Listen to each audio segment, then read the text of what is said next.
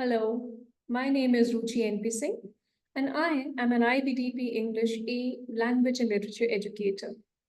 Today in this video, we are going to be looking at a paper one analysis of an article. A paper one is an analysis of an unseen text. You can get anything.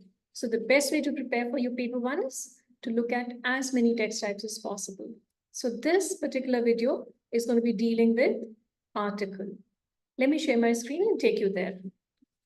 We are going to be annotating, analyzing, looking at the authorial intent, the choices that are being made to convey a purpose. Now here's your article. It's titled, I was a kitchen snob who would only cook on gas, and now an induction hob is my new flame.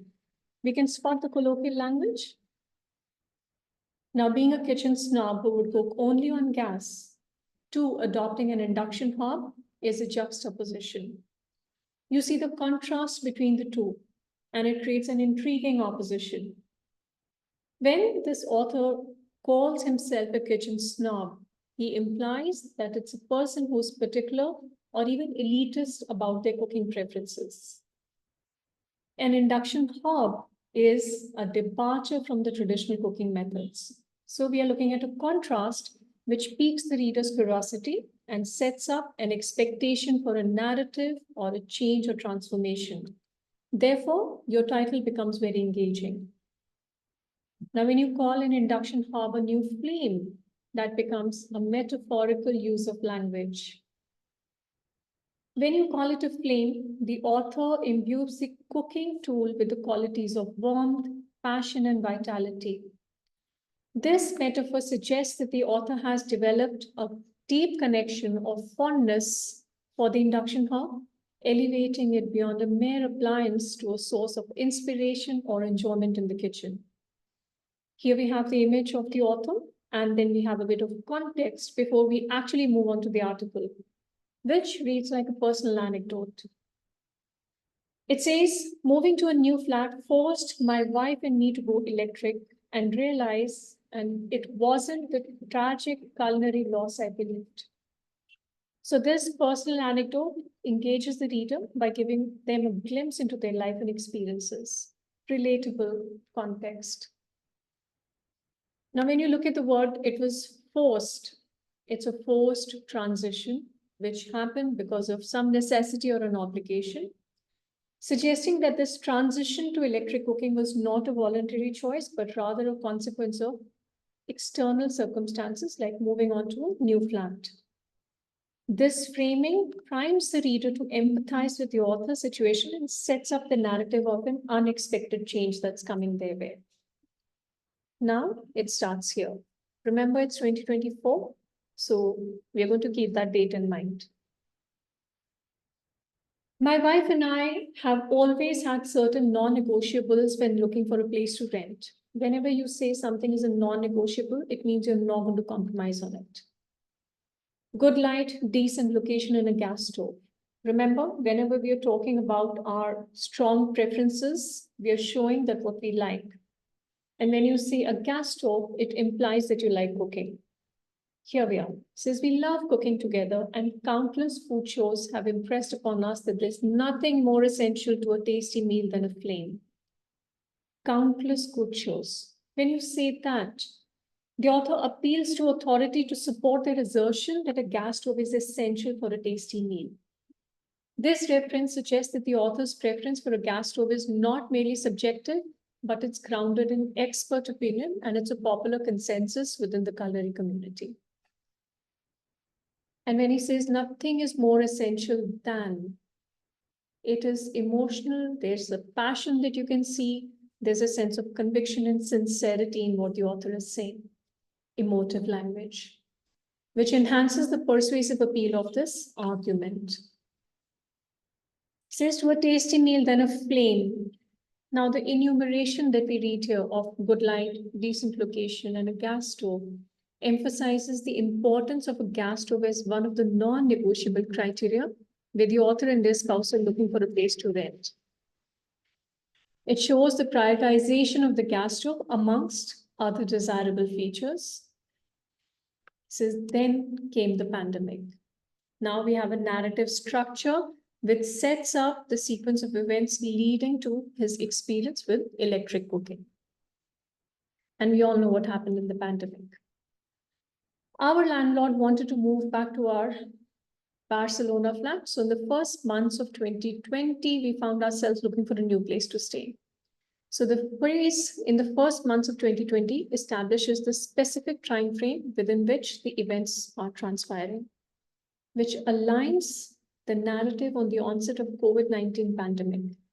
Now you have a temporal context which grounds the author's experience in a real world situation, adding immediacy and relevance to the narrative. He says, with just days to relocate before the first COVID lockdown came into effect, we were forced to set aside our preference for gas and reluctantly move into an apartment with an induction hob. Initial reluctance. Past encounters with slow and inconsistent heating elements of early electric stoves had soured us to the idea of cooking with electricity. Now, whenever you speak of your past encounters, there's a contrast he's showing you. The initial reluctance towards electric cooking with their eventual realization of its superiority. He says, but it only took a couple of days for us to realize that our new induction cooktop wasn't just tolerable, it was far superior. Now here, the past encounters with the slow and inconsistent heating elements of early electric stoves had soured us. When you read this language, it gives you the contrast which shows the transformative nature of the author's experience, and it highlights the persuasive appeal of their argument in favor of inductive cooking. And then he says, suddenly, cooking was easier than before. Water boiled at the lightning speed. I could set a timer, walk away without knowing the heat would automatically turn off, and cleaning became a clinch. That's another illustration if we look at it carefully. This descriptive language appeals to the reader's senses and emotions, emphasizing the practical benefits and the convenience of electric cooking. Then he says, gone were the days of degreasing cast iron burner rings and soaking grates in a sink. A quick wipe across the glass and the kitchen was sparkling. This reflection adds authenticity to the narrative and reinforces the author's credibility by highlighting the tangible improvements in their cooking experience. Then he says, switching to electric is often portrayed as a tragic culinary loss, an abandonment of classic cooking principles. These are common perceptions that people have. But for the daily tasks, caramelizing onions, sauteing greens, or crisping a skin on salmon fillet to perfection, I was surprised to find that there was really no difference at all. This excerpt opens with an antithesis, contrasting the common portrayal of switching to electric cooking as a tragic culinary loss with the author's own experience. Switching to electric is often portrayed as a tragic culinary loss and abandonment of classic cooking principles. So here, this antithesis shows opposing viewpoints on the subject and sets of contrasts which the author is going to further explore. Then he talks about the daily tasks, caramelizing onions, sauteing greens, crisping a skin on salmon fillet to perfection. It's a parallel structure which reinforces the author's argument that these tasks can be accomplished equally well with an electric cooking. This parallelism adds clarity and coherence to the sentence, making the author's point more persuasive. And then he says, furthermore, I was surprised to find that there was really no difference at all. This ironic statement contrasts with the initial portrayal of switching to an electric as a tragic loss, shows the author's unexpected discovery and challenging common assumptions about cooking methods. When he says that there was really no difference at all, this understatement serves to emphasize his point that the perceived difference between gas and electric cooking is exaggerated and ultimately insignificant in everyday cooking tasks. Again, pushing his point. And then he says, don't get me wrong, there's a place for the flame. He's not completely disregarding the traditional method. This is a very balanced perspective that you give to people. And a reason why barbecued food is so delicious charring imparts flavor that you can't replicate with an electric hob. But dishes that truly require cooking over an open flame are the exception, not the rule. I look at it this way. If I'm making poached eggs, a favorite of my father's, or chai, my father-in-law's, would I put the water on the barbecue to boil? Of course not. So why do we need to use gas every day? Now, when he speaks about his father and his father-in-law's preferences, this is an analogy. It compares the impracticability of using barbecue to boil water for delicate tasks like poaching eggs or chai with everyday use of gas for cooking. Now, when he draws this comparison, he's highlighting the absurdity of using flame for tasks better suited for electric cooking, reinforcing their argument in favor of electric hobs. Now, this question comes.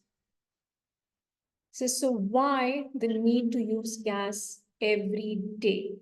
This is a rhetorical question. This rhetorical question prompts the reader to consider the validity of their own reliance on gas for everyday cooking tasks. When you frame this rhetorically, the author challenges the reader to reflect on their own cooking habits and consider the practicality of using electric cooking alternatives.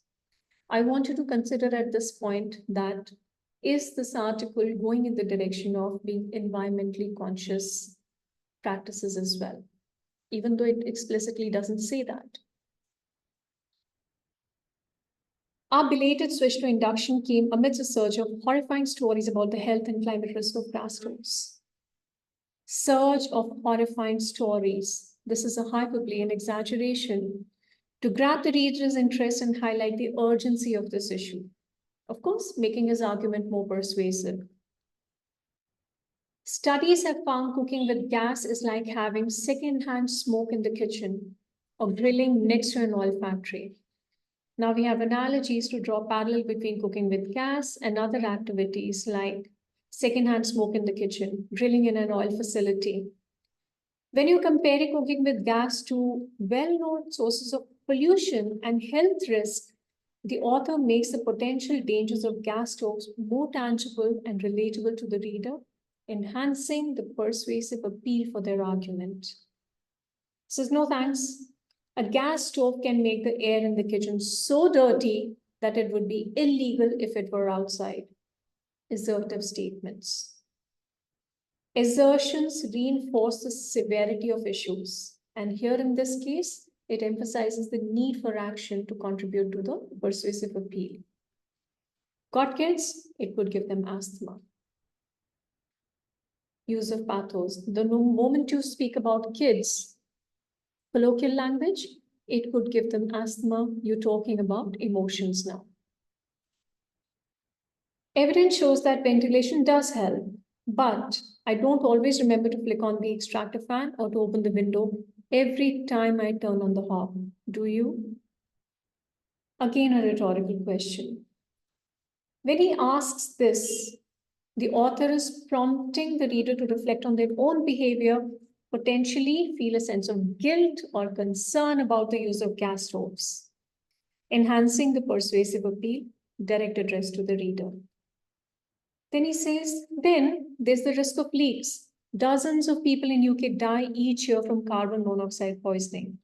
Again, a hyperbole. An induction hob won't force you to evacuate your home, navigate road closures, leave your university campus, to name but a few examples of the everyday inconveniences that come from a society's reliance on gas. What's worse is that gas stoves are also, well, cooking all of us. The primary ingredient that fuels them is methane, a greenhouse gas 80 times more harmful. Now, when you're looking at words like risk of leaks, cooking all of us, this is emotive language which evokes a sense of fear and concern in the reader. Again, the aim here is to elicit an emotional response and to compel the reader to take an action to mitigate the perceived risks that are associated with gas stoves. Then he says it all adds up. In the US, for instance, the methane emitted from gas hobs is equal to putting another 500,000 cars on the road each year. If I don't want every pot of soup I make to contribute to that. Now, by saying this, that I don't want every pot of soup I make to contribute to that, he's demonstrating a bias against gas stoves by presenting a one-sided argument which focuses exclusively on the negative aspects of cooking gas and promoting the induction hob. He is giving evidence to support his claims, and there are no counter arguments that we are seeing. And then he says, that is why I quit using gas stoves. Personal anecdote. And he's abandoned his prior convictions. He says that here. He says, I abandoned my prior conviction that I could never live in a home without one. The switch has been seamless because there has simply been no compromise to my cooking. This anecdote adds authenticity to his argument, makes it relatable to the reader, and he's using colloquial language. And now he says, there is no justification for burning fossil fuel under my food every day. Here, the author appeals to the consequences by highlighting the environmental and ethical implications of using gas stoves. When he says there's no justification for burning fossil fuels, by using this statement, he emphasizes the negative consequences of gas stoves and encourages the reader to consider alternative cooking methods. The realization has felt at times like living in the future, even if I'm a little behind. It's like switching from a coal fireplace to central heating. Now he's giving you an analogy. These analogies convey the transformative nature of the switch and emphasizes the positive impact it has. And he says, or swapping a tired old pony for an electric scooter. So these are the shifts that we've already made. Instead of a sacrifice, it feels like a leap forward. But in the US, where I'm from, there has been an uproar by the idea of banning them. Changing the fundamentals of our life is hard, but it's time to move gas out of our kitchens. Some might be horrified. The rest of us, though, can step up calmly into the future. Now he's giving you the potential negative consequences. When he says it's time for gas to move out of the kitchen, it emphasizes the urgency of the situation, encourages the reader to consider the broader implications of their actions.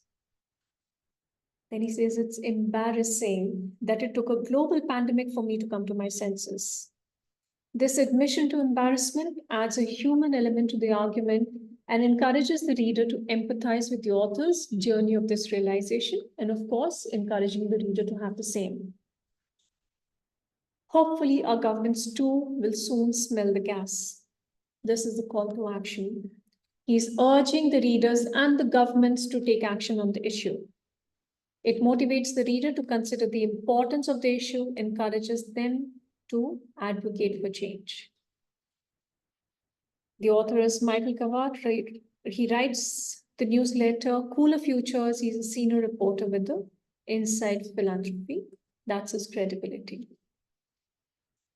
Now, having done all of those annotations, we look at the guiding question.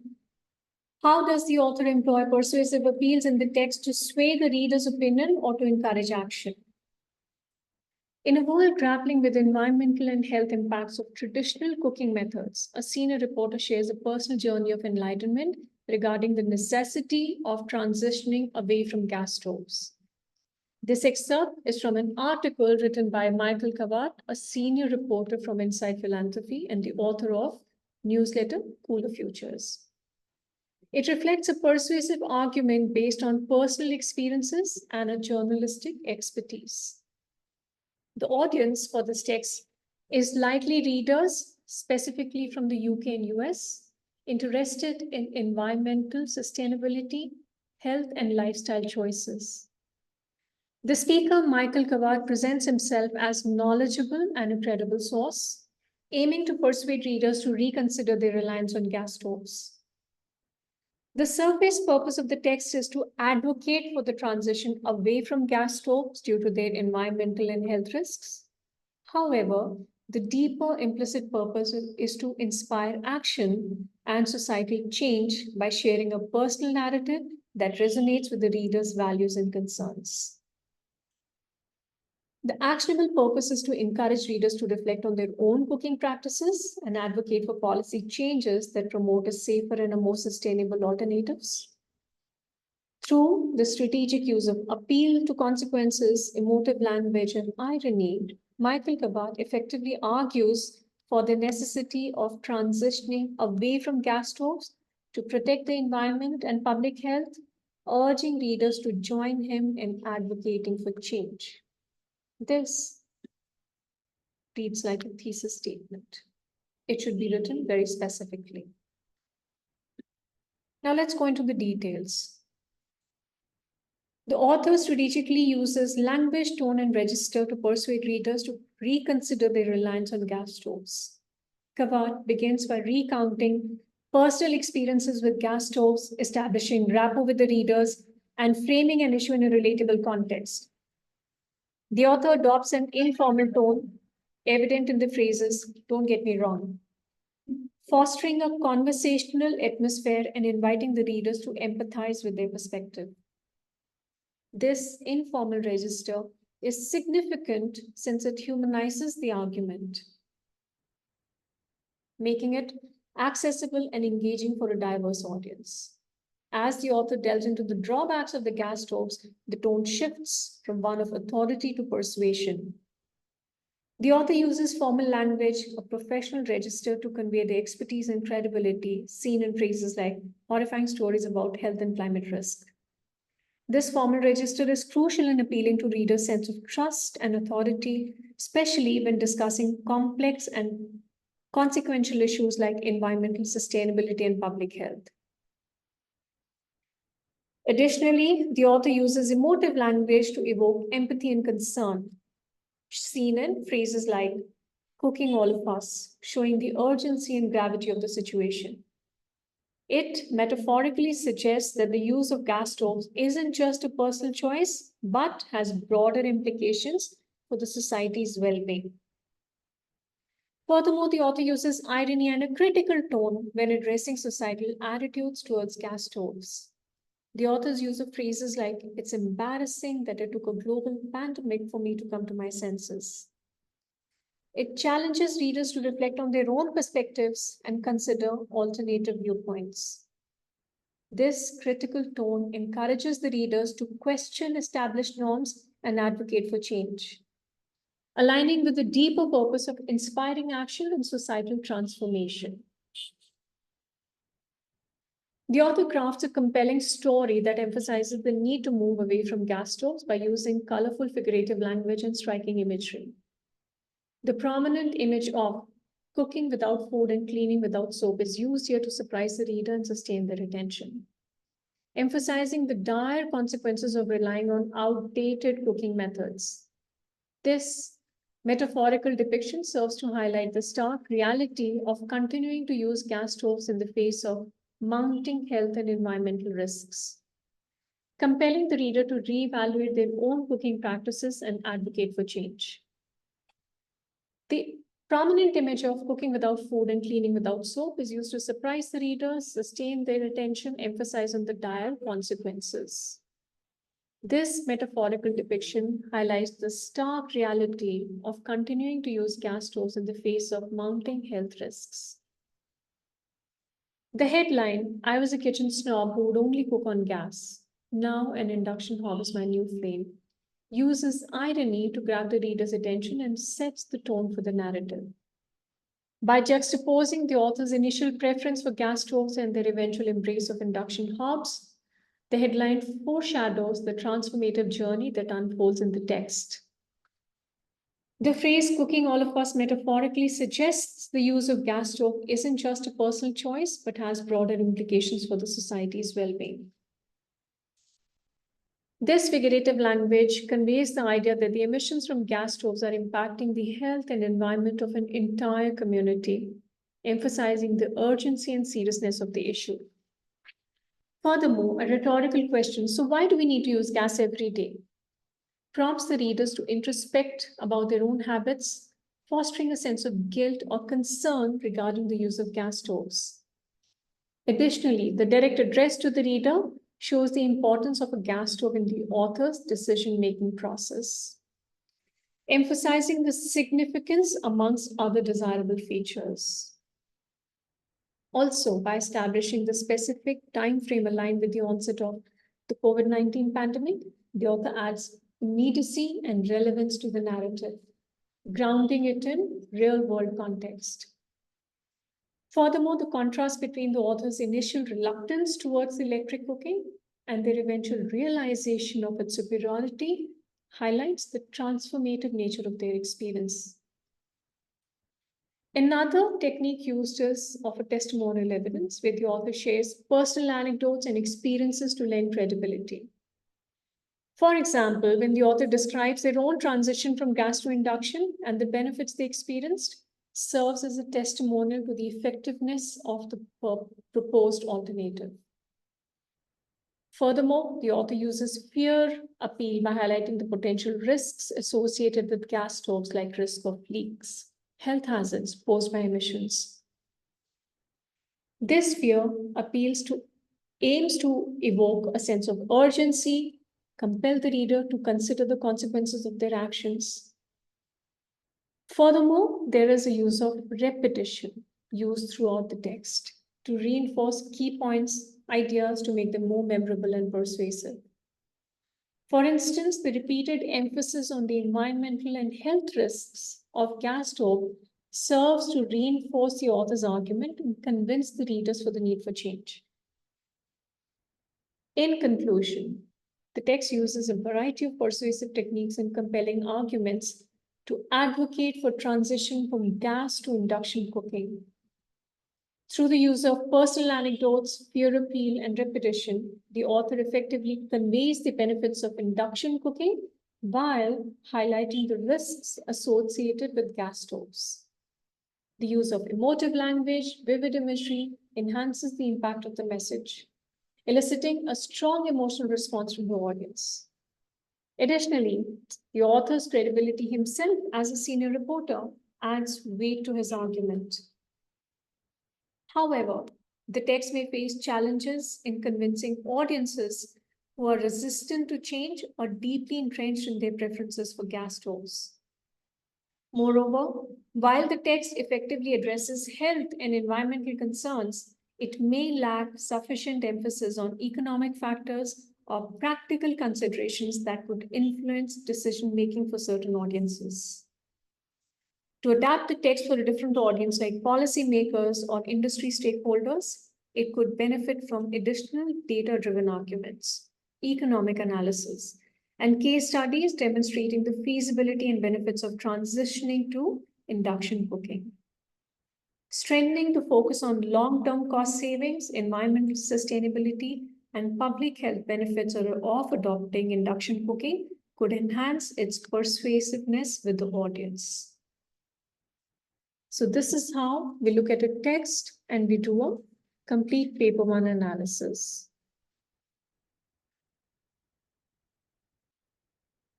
I hope that was helpful. And very soon I'm going to come with more text types. Thank you so much.